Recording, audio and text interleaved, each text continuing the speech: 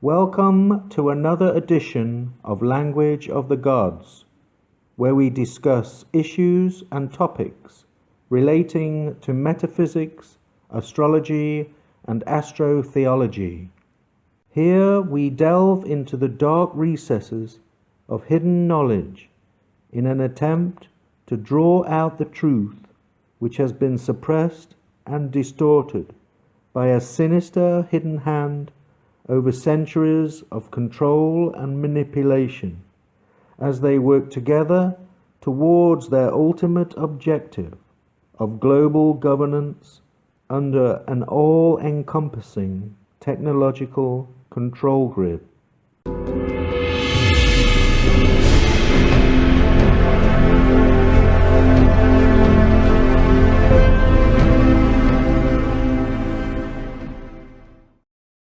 Before we explore how humanity is being manipulated on various levels, we must first gain an insight as to what the control system is and who the players are. A multi-layered system of influential cogs grinding together, pulling humanity along a road of twists and turns. Cogs of various sizes and strengths, lubricated with the flow of personnel and resources from various secret societies, organizations, and think tanks. No one person or entity sits on the throne with total control. Levels of power shuffles backwards and forwards along a sliding scale of time and influence, occasionally battling it out in brutal bloodletting orgies with the children of those unfortunate generations butchered in its wake. There has always been some form of control over humanity, a necessary influence encouraging productivity and stimulating potential. Without this external sense of motivation, the majority will aimlessly drift through life, accomplishing very little. But there is a point at which the control system interferes and becomes counterproductive to the natural evolution of man. The very word secrecy is repugnant in a free and open society, and we are, as a people, inherently and historically opposed to secret societies, to secret oaths and secret proceedings. We decided long ago that the dangers of excessive and unwarranted concealment of pertinent facts far outweighed the dangers which are cited to justify it.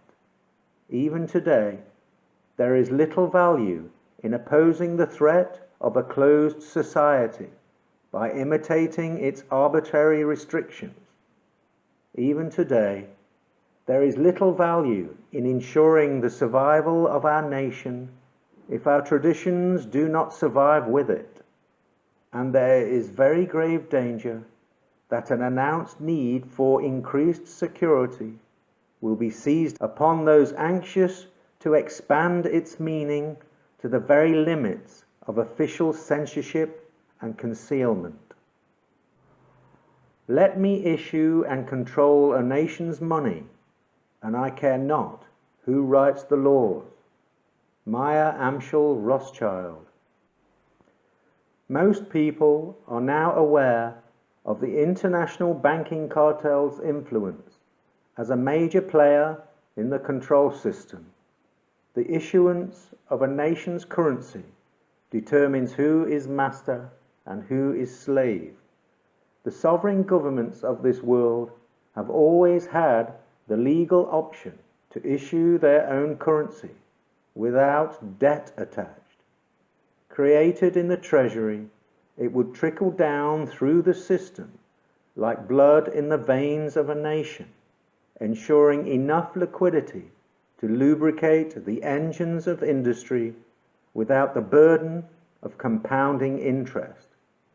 Unfortunately, most modern nations borrow money from private central banks with interest attached.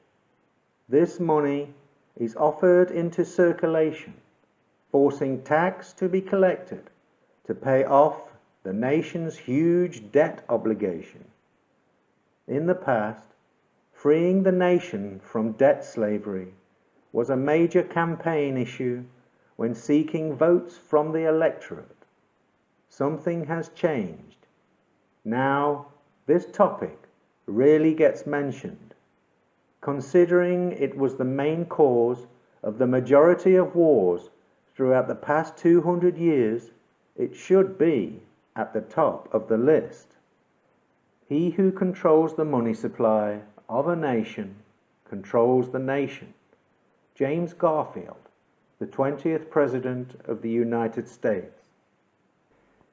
If the American people ever allow private banks to control the issue of their currency, first by inflation, then by deflation, the banks will deprive the people of all property until their children wake up homeless on the continent their fathers conquered. The issuing power should be taken from the banks and restored to the people to whom it properly belongs. Thomas Jefferson. I believe that banking institutions are more dangerous to the liberties than standing armies. Thomas Jefferson.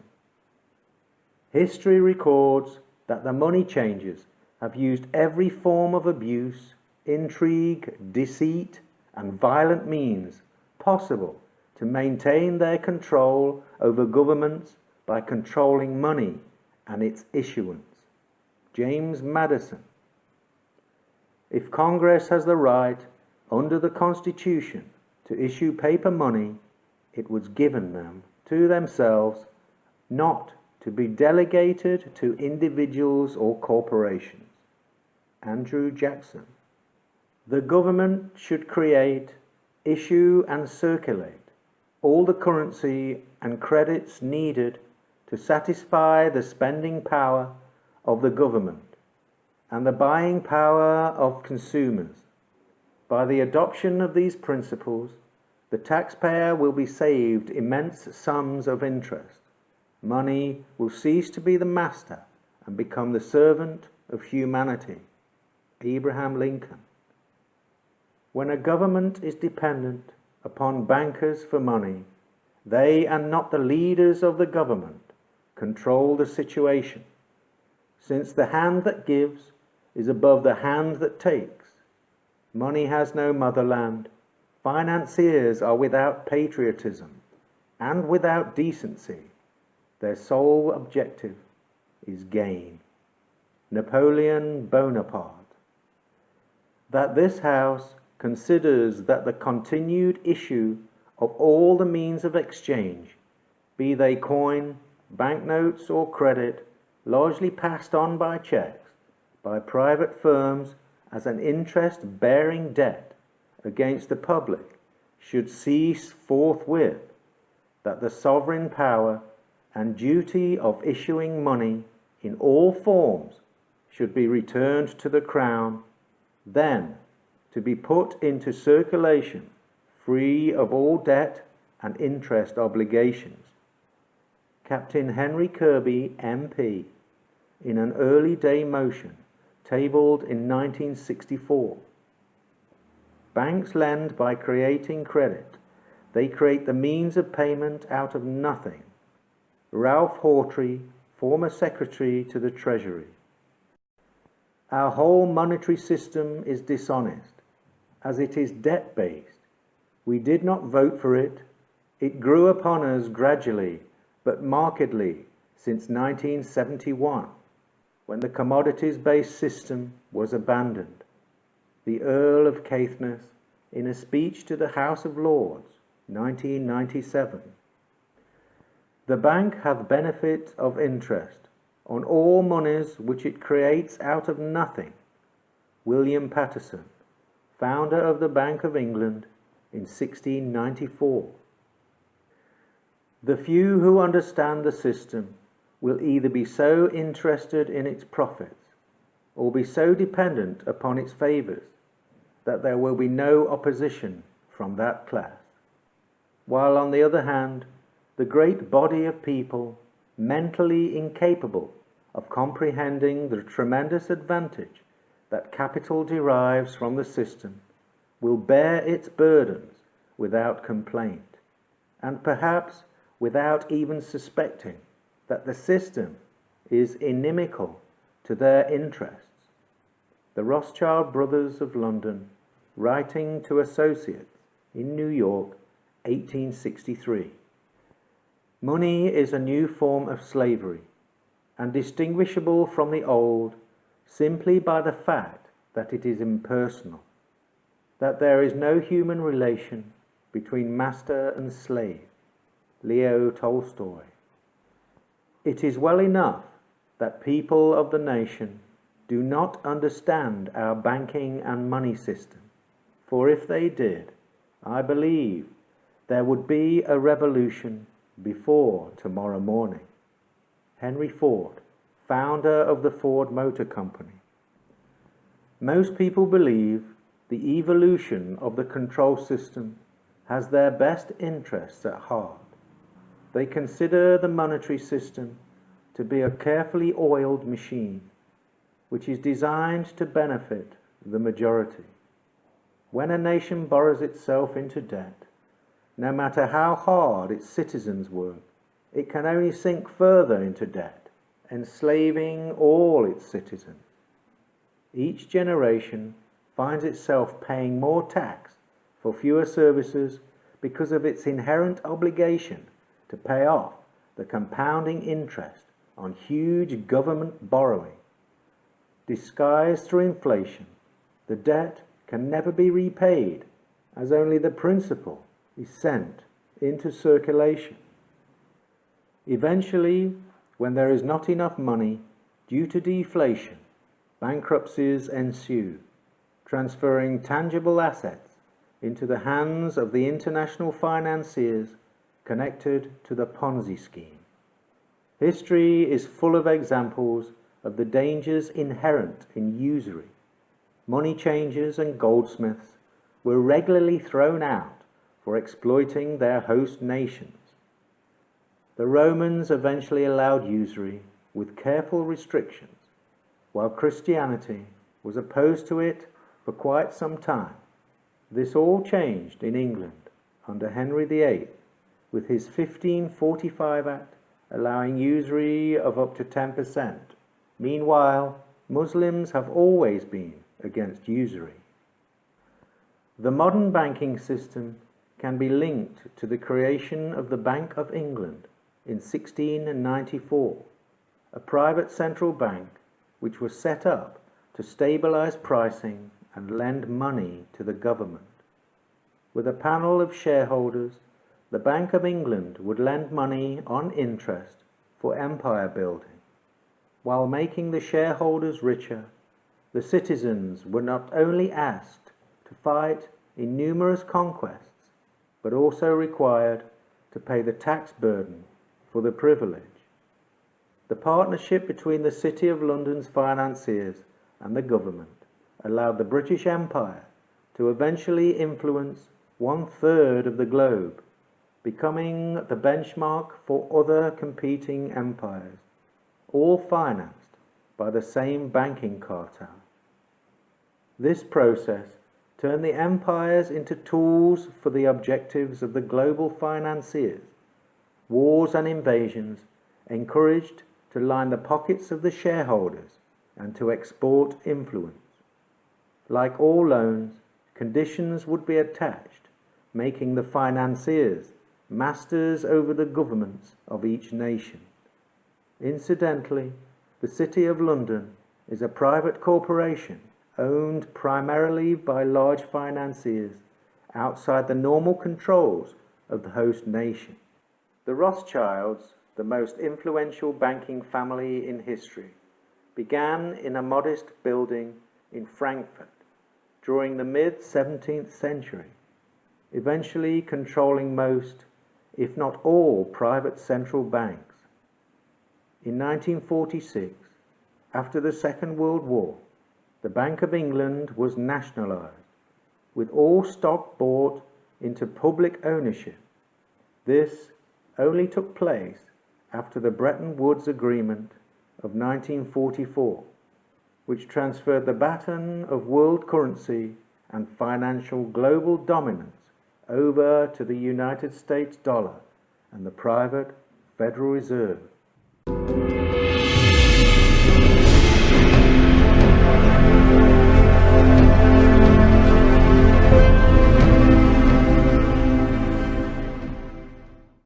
Since the creation of the Bank of England, the European banking cartel has used the private central bank as a mechanism to control a nation through debt slavery. After the defeat of Napoleon, the Rothschilds controlled most private central banks in Europe and had the means and desire to expand their monetary system throughout the world. The American colonies initially used government-issued currencies with no external debt attached, freeing the settlers from the exploits of the Old World. The American Revolution, according to Benjamin Franklin, was primarily due to King George III's Currency Act, forcing the colonies to abandon their government-issued currencies in favour of notes from the Bank of England, which were issued on interest. The refusal of King George III to allow the colonies to operate an honest money system, which freed the ordinary man from the clutches of the money manipulators, was probably the prime cause of the revolution. Benjamin Franklin.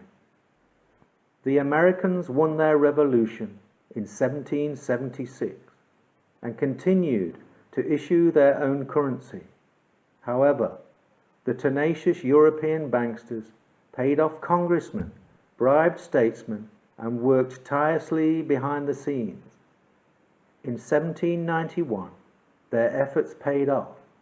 The first Bank of America was created and given a 20-year charter.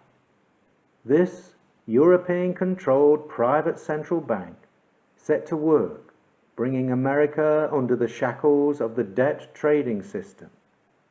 After 20 years, it became apparent what their real motives were.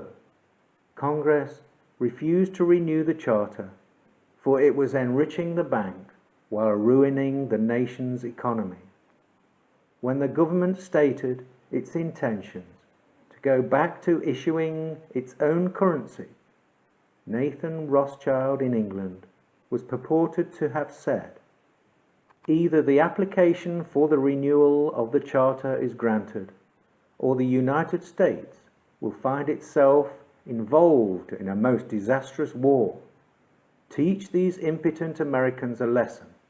Bring them back to colonial status." Nathan Rothschild. The War of 1812 began, financed by the Bank of England, designed to bring the United States back under colonial rule or to submerge them under so much debt they would need a new private central bank to pay it off. The latter happened. The Second Bank of America was created and given a 20-year charter. In 1832, Andrew Jackson, campaigning for his second term as president, promising to remove the bank's charter, even though Congress granted a renewal, the new president vetoed against it. Congress was unable to overturn the veto, and the bank ceased to exist. Gentlemen, I too have been a close observer of the doings of the Bank of the United States. I have had men watching you for a long time, and am convinced that you have used the funds of the bank to speculate in the breadstuffs of the country. When you won, you divided the profits among you, and when you lost, you charged it to the bank. You tell me that if I take the deposits from the bank and annul its charter, I will ruin 10,000 families. That may be true, gentlemen, but that is your sin. Should I let you go on, you will ruin 50,000 families, and that would be my sin. You are a den of vipers and thieves. I have determined to rout you out, and by the Eternal, I will rout you out. Andrew Jackson. Shortly after this, an assassination attempt was made on Andrew Jackson's life. Fortunately, it failed when the assassin's guns misfired. During the commotion, the attacker received multiple injuries from the angry Jackson, who beat him violently with his walking cane, after which the attacker spent the rest of his life in a mental asylum. The United States became prosperous, even though the European banksters were determined to control their money system as they connived behind the scenes. During the 1860s, the Confederates seceded from the Union. Abraham Lincoln, the new president, was determined to bring them back under Union control. The private banks were playing off both sides, offering to finance Lincoln at 30% interest, while financing Britain and France's alliance with the Confederates. Lincoln was rumored to have said he would not free the black man to enslave the white man to the bankers. He issued his own currency, state-owned and interest-free, called the greenback, which threatened European monetary dominance.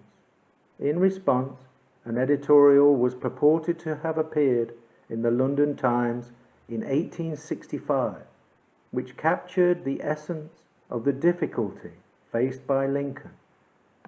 If that mischievous financial policy, which had its origin in the North American Republic, should become indurated down to a fixture, then the government will furnish its own money without cost. It will pay off debts and be without debt. It will have all the money necessary to carry on its commerce. It will become prosperous beyond precedent in the history of civilized governments of the world.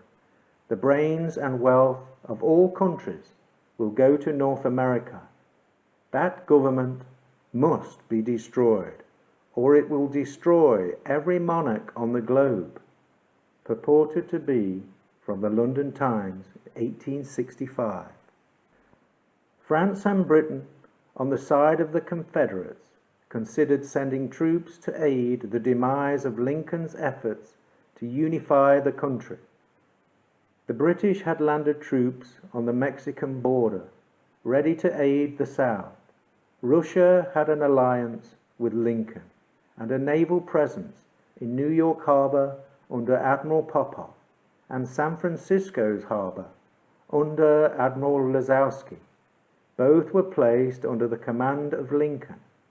Russia, too, had control over its state-owned bank and was fully aware of the dangers of private central banks and the intention of the European banksters. Tsar Alexander II told the British that if they sent troops into America, they could consider themselves at war with Russia. After 4 years of fighting, on the 9th of April, 1865, with 750,000 dead, Lincoln finally secured his victory. Promising to continue with the greenback, he was later assassinated on the 15th of April. After Lincoln's death, the greenbacks were steadily recalled with the Funding Act of 1866. After numerous attempts, the Russian Tsar was also assassinated in 1881. Determined to have total control over the United States money supply, the international financiers set about planning for a new private central bank. After the panic of 1907, which many believed to have been orchestrated by the banking cartel in order to create an atmosphere favorable for their interests, a private meeting was arranged with influential bankers, together with Senator Nelson Aldrich, on Jekyll Island, Georgia, in 1910. They would thrash out a plan for a new bank, which they initially called the Aldrich Plan. After many attempts, Congress refused to pass the proposal, with President Taft and the public still opposed to the idea of private central banks. Disguising its true nature, the plan was amended and renamed the Federal Reserve Act. On December the 22nd, 1913, during the Christmas recess, with most congressmen at home, the bill was rushed through the House. The new president, Woodrow Wilson, who had defeated Taft that March, fulfilled his obligation to his financial sponsors by signing the bill into law on December the 23rd, 1913. At the same time, after the ratification of the 16th Amendment, the IRS was authorized to collect income tax. Now the international banking cartel had just what they wanted: control of one of the most powerful nations' money supply. It was now a perfect time for a great war to get as many nations as possible under the heavy burden of debt. Furthermore, this would allow the banking cartel to impose new conditions on those in debt, creating the new world in their own image.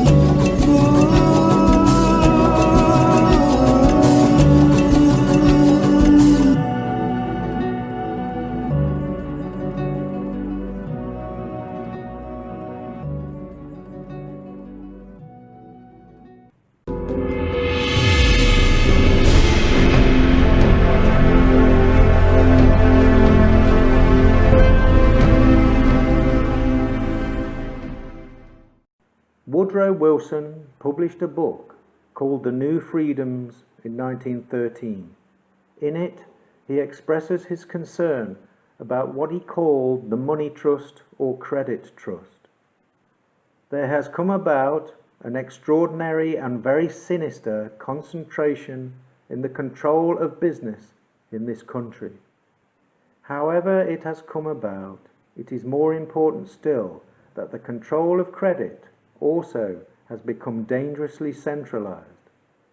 The great monopoly in this country is the monopoly of big credit. So long as that exists, our old variety of freedoms and individual energy of development are out of the question. A great industrial nation is controlled by its system of credit. Our system of credit is privately concentrated. The growth of the nation and all our activities are in the hands of a few men. The money trust, or as it should be called, this credit trust, of which Congress has begun an investigation, is not a myth. It is no imaginary thing. We have come to be one of the worst ruled, one of the most completely controlled and dominated governments in the civilized world. No longer a government of free opinion, no longer a government by conviction and the vote of the majority, but a government by the opinion and duress of a small group of dominant men. Woodrow Wilson, 1913. The death of Lincoln was a disaster for Christendom. There was no man in the United States great enough to wear his boots, and the bankers went anew to grab the riches. I fear that foreign bankers, with their craftiness and tortuous tricks, will entirely control the exuberant riches of America and use it to systematically corrupt civilization. Otto von Bismarck, Chancellor of Germany after the Lincoln assassination. Otto von Bismarck, the first Chancellor of Germany and a major player in the unification of the nation, was well aware of the ambitions of the international financiers. As Chancellor, Germany quickly morphed into the leading powerhouse of Europe. Even though it had a private central bank, the German government placed strict controls on its operations. Prior to 1914, Germany had positioned itself at the forefront of modern manufacturing. By 1908, it was depriving Britain of its European and American markets.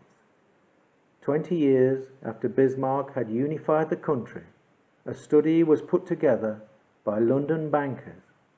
They were alarmed to find that 2/3 of the English and European markets had gone into the hands of Germany.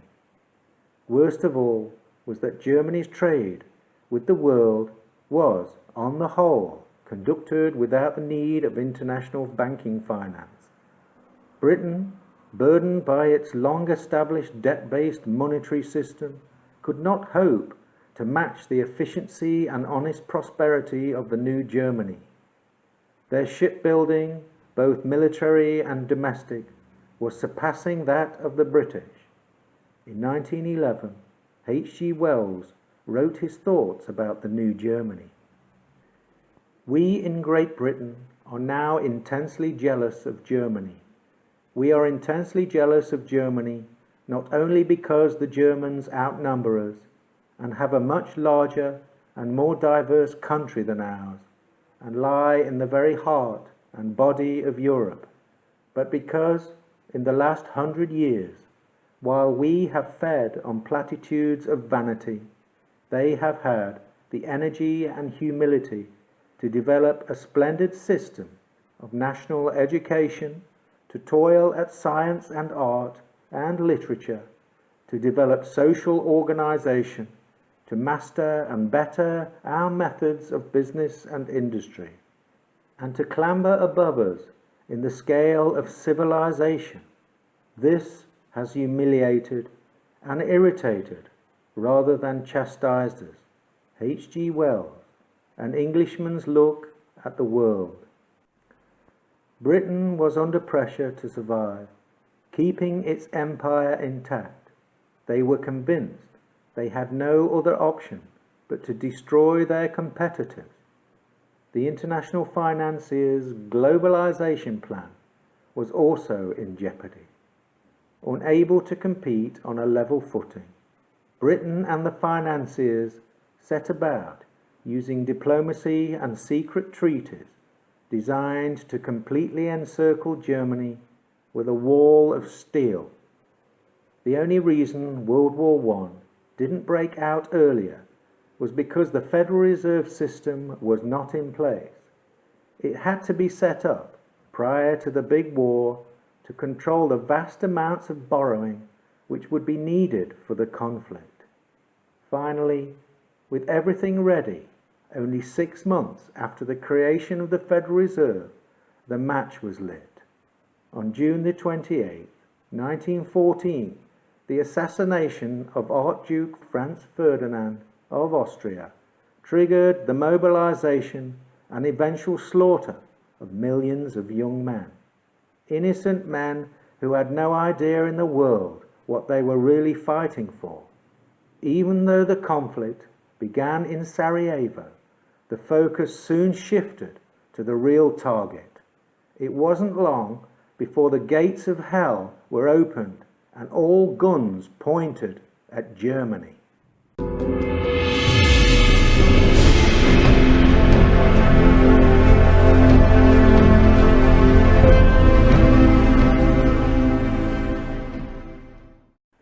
At the start, in 1914, the main participants were Great Britain, France and Russia against Germany, Austria-Hungary and Turkey.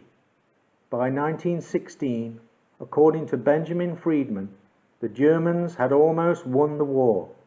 The German submarines, which were a surprise to the world, had swept all the convoys from the Atlantic Ocean, and Great Britain stood there without ammunition for her soldiers, stood there with 1 week's food supply facing her, and after that, starvation.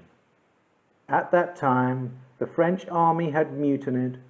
They lost 600,000 of the flower of French youth in the defense of Verdun on the Somme. The Russian army was defecting. They were picking up their toys and going home. They didn't want to play war anymore, and they didn't like the Tsar. And the Italian army had collapsed. Now Germany, not a shot had been fired on the German soil. Not an enemy soldier had crossed the border into Germany. And yet, here was Germany offering England peace terms. They offered England a negotiated peace on what the lawyers called a status quo ante basis. That means, let's call the war off and let everything be as it was before the war started. Well, England in the summer of 1916 was considering that. Seriously, they had no choice.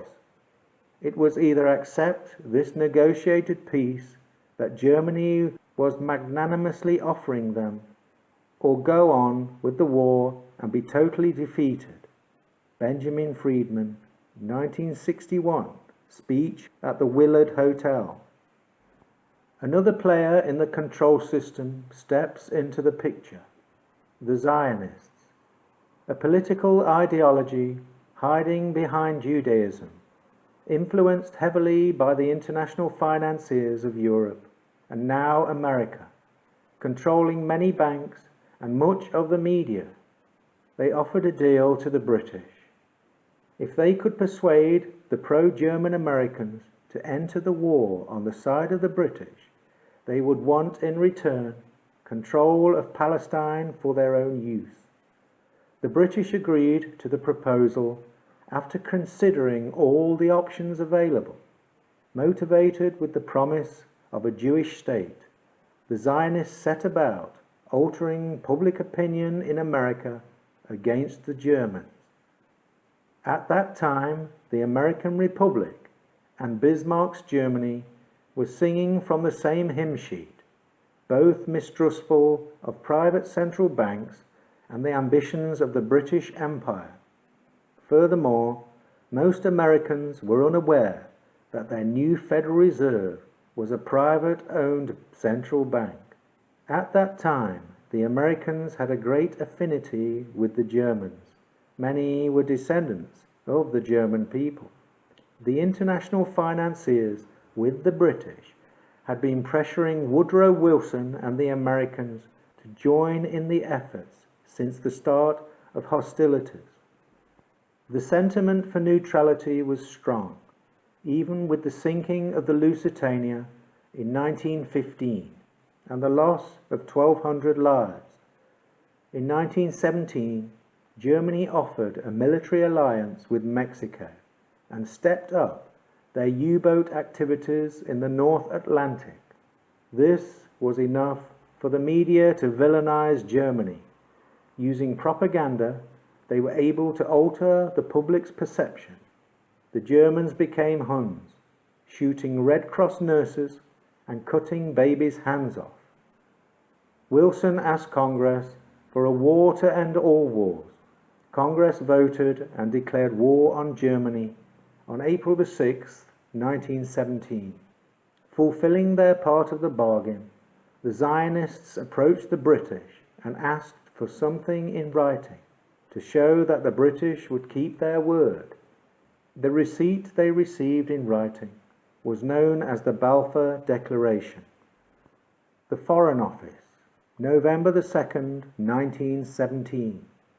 Dear Lord Rothschild, I have much pleasure in conveying to you, on behalf of His Majesty's Government, the following declaration of sympathy with Jewish Zionist aspirations, which has been submitted to and approved by the Cabinet.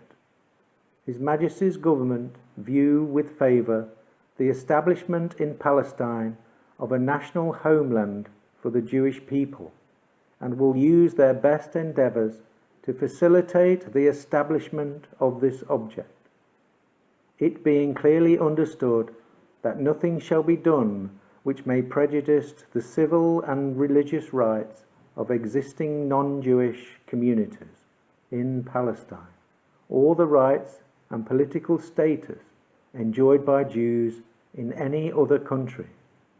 I should be grateful if you would bring this declaration to the knowledge of the Zionist Federation. Yours sincerely, Arthur James Balfour.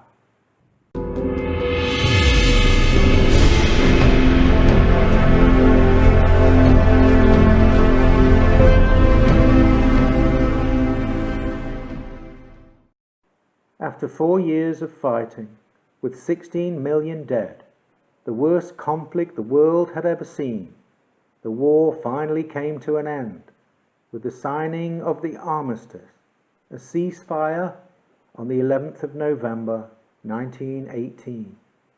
A peace treaty was organised in Paris to carve up Europe and slap penalties on Germany. According to Benjamin Friedman, an attendee of the conference, there were 117 Zionists representing Zionism and international finance. Eustace Mullins writes, after the armistice, Woodrow Wilson assembled the American delegation to the peace conference and embarked for Paris. It was, on the whole, a most congenial group, consisting of the bankers who had always guided Wilson's policies. He was accompanied by Bernard Baruch, Thomas Lamont of J.P. Morgan, Albert Strauss of J&W Seligman Bankers, who had been chosen by Wilson to replace Paul Warburg on the Federal Reserve Board of Governors. Accompanying them, Walter Lippmann, Felix Frankfurter, Justice Brandeis, and other interested parties. Mason's biography of Brandeis states that, in Paris, in June 1919, Brandeis met with such friends as Paul Warburg, Colonel House, Lord Balfour, Lord Marshall, and Baron Edmund de Rothschild. Indeed, Baron Edmund de Rothschild served as a genial host to the leading members of the American delegation and even turned over his Paris mansion to them, although the lesser members had to rough it in the elegant Hilton Crillon with Colonel House and his personal staff of 201 servants. The bankers at the conference convinced Wilson that they needed an international government to facilitate their international monetary operations. While Europe was being carved up to the victors, the Zionists produced the Balfour Declaration, saying Palestine was to be allocated to them. The German delegates, astonished and surprised, realizing for the first time why America had entered the war and what the hidden agenda had been, they felt betrayed. Woodrow Wilson, on his return, remarked, "This war, in its inception, was a commercial and industrial war. It was not a political war." Determined to fulfill their objectives and disable Germany as an economical threat, the international financiers, along with the Allies, put together the Treaty of Versailles. Considering Germany didn't start the war, it was blamed and made to pay for all participants, amounting to 3 times the value of Germany itself. The treaty fulfilled its purpose by carving up Europe, making it easy for the international financiers and the empire to divide and rule each territory, creating new frictions which could be used to promote future conflicts. The reparations on Germany were so severe that it crippled the nation for the next 15 years.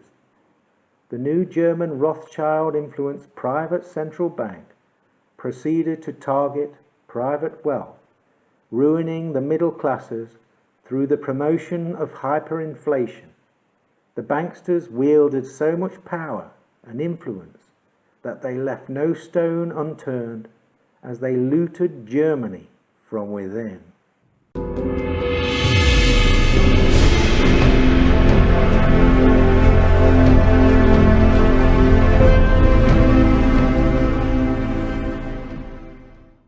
The international financiers had 2 major objectives at the start of the war. Firstly, to destroy German economical capabilities, and secondly, to remove the Russian Tsar from power, and once eliminated, would finance a socialist-style government. The Tsars were not looked at favourably by the financiers or the British Empire. Tsar Alexander II's role in supporting Lincoln during the American Civil War reflected this position. The Tsars, similar to Bismarck, understood the ambitions of this small group of dominant men.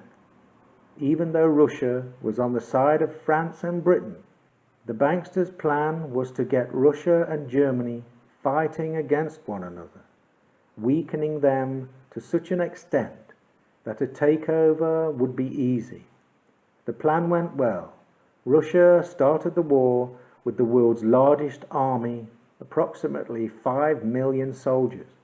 But through bad management, infiltration and subversion, the army soon became stagnant. A previous attempt at revolution was thwarted in 1905, with concessions made to Tsar Nicholas II, to civil rights and parliamentary power sharing. By the end of 1916, 1,700,000 Russian soldiers had died. Riots and strikes were a daily occurrence, and many soldiers were abandoning their posts to go home. The country was falling apart. Under this backdrop, in February 1917, Tsar Nicholas II was forced to abdicate. Power was transferred to a socialist government led by Alexander Kerensky. The international financiers, through Max Walberg, financed Trotsky and Lenin's 1917 October Revolution. The Bolsheviks took over power and declared a ceasefire in December. To keep the full extent of their involvement out of the public domain, the international financiers ordered the execution of the Tsar and all his family. They were executed on the 7th of July, 1918. The Bolshevik Revolution actually was financed by wealthy financiers in London and New York. Lenin and Trotsky were on the closest of terms with these moneyed interests, both before and after the revolution. The creature from Jekyll Island. The years after World War I saw Germany desperately trying to hold itself together under the heavy burden of reparations placed upon it by Versailles. The German private central bank had broken away from government control and was fomenting hyperinflation. At its height, in November 1923, a loaf of bread cost a staggering 200,000 million marks. The citizens, demoralized and depressed, looked towards the National Socialists for solutions. Led by Adolf Hitler, they promised to reform the nation and shake off the shackles of Versailles. When Hitler was voted into office and became Chancellor in 1933, one of the first things he did was to take back control of Germany's central bank. Outraged at this, the international financiers, many of them Jewish Zionists, called for a global boycott on German goods and services. They used their influence to begin an economical war with Germany and its National Socialist government. On March the 24th, 1933, the Daily Express, a United Kingdom tabloid, published its Friday edition with the headlines, "Judea declares war on Germany." The German cabinet was assembled to figure out what their reaction should be to this war declaration. They decided that a national boycott of all Jewish goods and services would be an appropriate response. The following week, on April the 1st, stormtroopers were dispatched across the country, marking all Jewish businesses with notices asking the German public to avoid conducting business with Jewish people. Over the next 5 years, the National Socialists managed to transform Germany from a defeated, bankrupt husk into one of the most powerful military nations on the planet. Within 2 years, the 5.6 million German unemployed had been reduced by 50%. Furthermore, by 1938, there were only 400,000 unemployed. This transformation was felt all around the world, known as the German miracle. Time magazine even nominated Adolf Hitler as Man of the Year for 1938.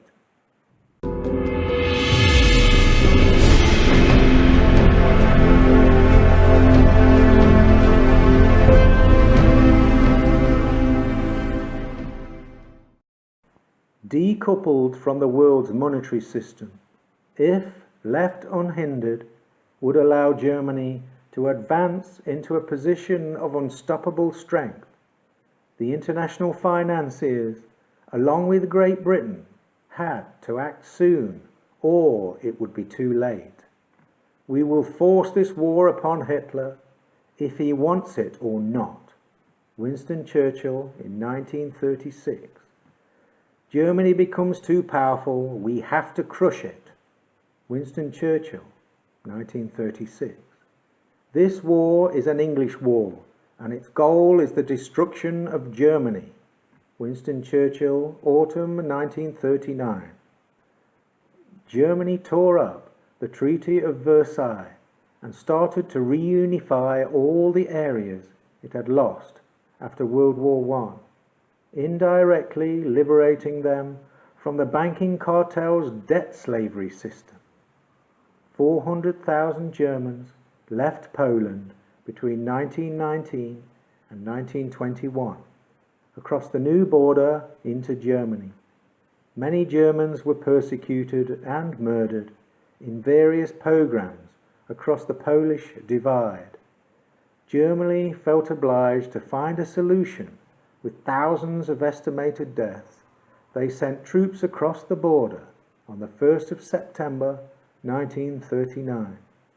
2 days later, both France and Britain, under an alliance pact with Poland, declared war on Germany.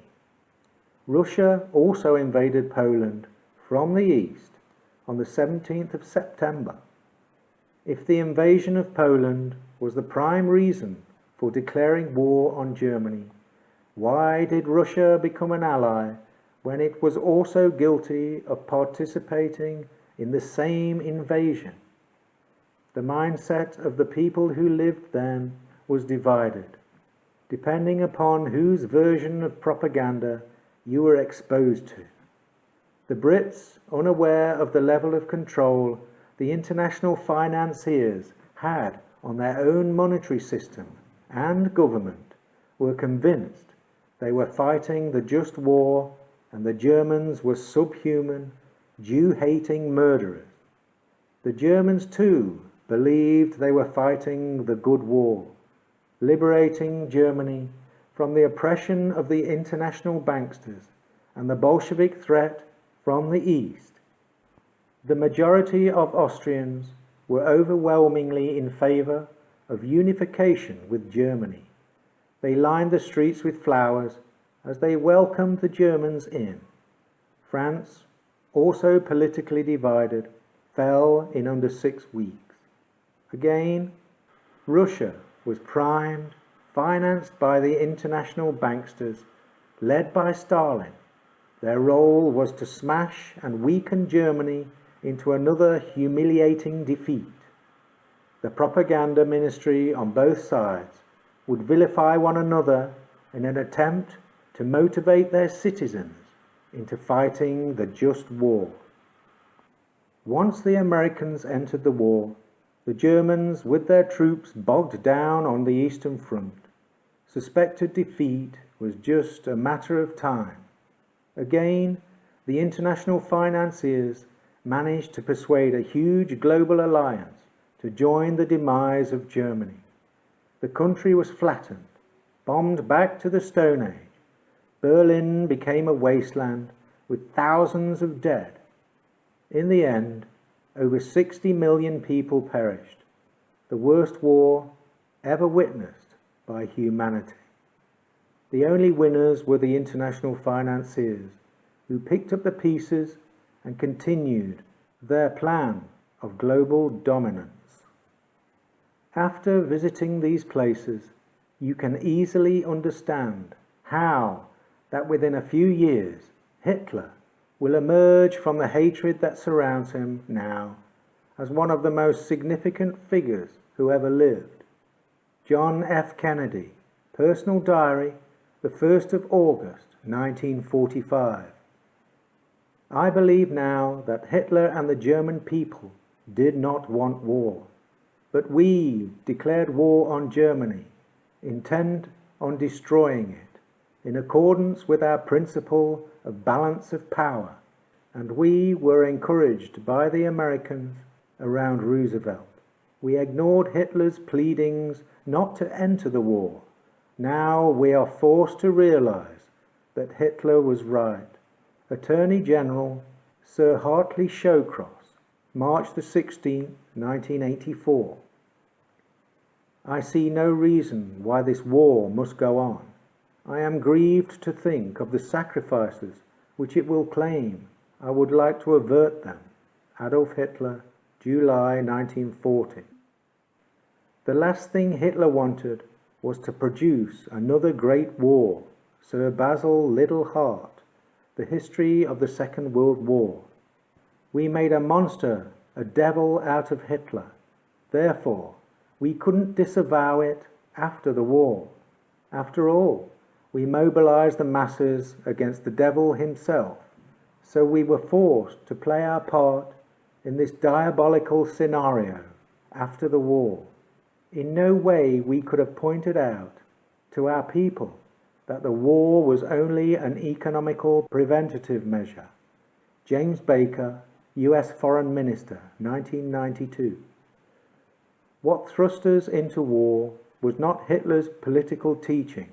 The cause, this time, was his successful attempt to establish a new economy. The causes of the war were envy, greed and fear. Major General Fuller, English historian.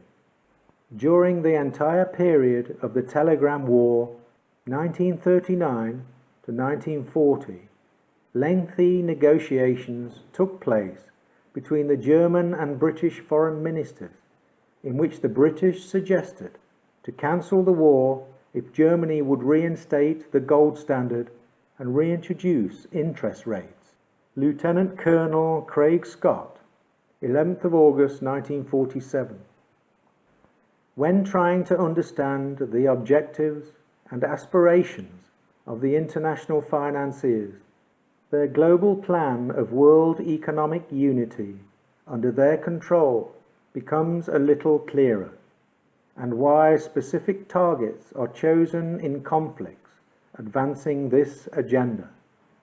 It really is like a grand game of chess, predicting the next move on a geopolitical level, when understanding the mindset of those moving the pieces is made easier.